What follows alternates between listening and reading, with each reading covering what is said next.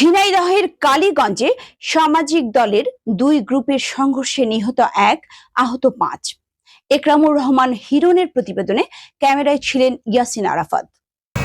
এই যে আমরা ইতিমধ্যে দেখতে পাচ্ছি যে আরও একজনকে আহত অবস্থায় হাসপাতালে নেওয়া হচ্ছে। ঠিক কোলা থেকে যেমনটা আমরা কালকে দেখেছিলাম অস্ত্রের মহড়া চলতেছিল, ঠিক সেইভাবে আরেকজনকেও আমরা দেখছি যে ইতিমধ্যে নিয়ে আসা হচ্ছে ভ্যানে করে উপজেলা স্বাস্থ্য কমপ্লেক্সে, এবং ইতিমধ্যে কাউকে ঢাকায় কাউকে যশোরে পাঠানো হয়েছে, এটাও আমরা জানতে পেরেছি। স্বজনদের হাজারি এবং ইনাদের সবাইকে, পরিবারের পুরুষ সদস্যদেরকে এভাবে অমানবিকভাবে নির্যাতন করেছে বলে আমরা জানতে পেরেছি। আমরা দেখছিলাম হাসপাতালে একের পর এক আহত রোগী হাসপাতালে নেওয়া হচ্ছে, এবং এই যে সব আহত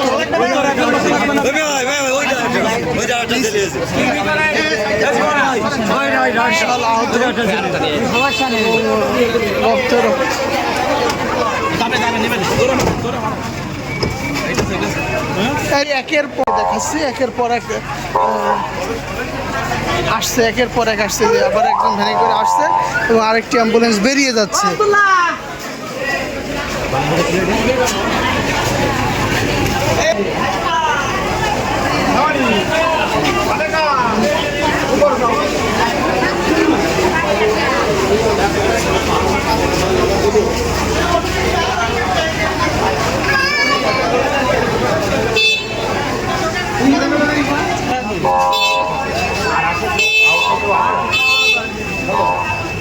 আছে আর আছে ইমান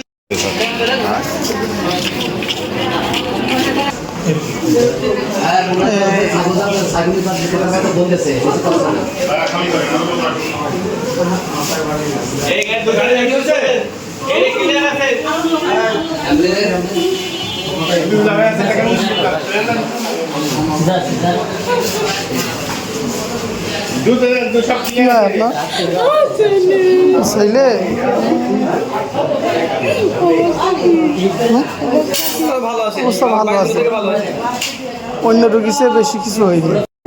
লোক যখন নামা হয়েছে তখন ওরা পিছনের দিকে চলে গেছে। যাওয়ার পরে আমাদের পিছন নিয়েছে, হওয়ার পরে ওরা একাধারে বোম মারা, বোম গুলি দিল, একাধারে চলতে দিল। এখন ওই অবস্থায় কি করা হচ্ছে সেটাই। আপনাকে কোপালো কিভাবে?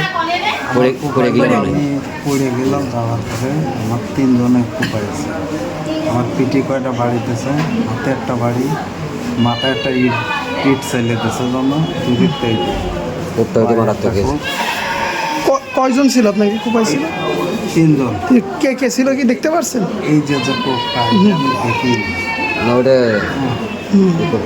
কারা কারা ছিল দেখতে পেরেছেন আপনার কোপানোর সময়? আমি খালি ওই গ্রুপের একজন লোকেরই চিনেছি, সেটা হলো যে আফাঙ্গি। ফিরোজ গ্রুপে আফাঙ্গি। ওর বাপের নাম কি জানেন নাকি? রব মোল্লা নাম। এরা কি পুজো আবিল করতো নাকি? না, ওরা মানে চারিগোতে ঘিরে না আমাদের আমাদের চারিগোতে ঘিরে নেই, মানে অতৃপ্তভাবে কোপায় এই ফিরোজ গ্রুপের লোকে ছিল। অনেক লোকই আমাদের পড়ে যায়, আমার কি দেখতে পারি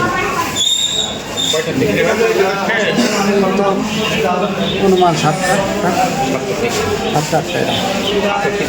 অতৃপ্তভাবে আমরা ওরা বোম টম নিয়ে ব্যাটিং ট্যাটিং নিয়ে ডাইরেক্ট শুরু করে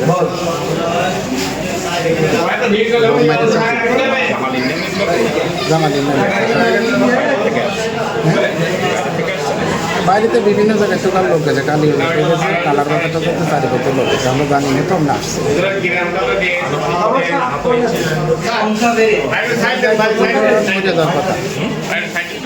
জায়গায় মরে গেছে আর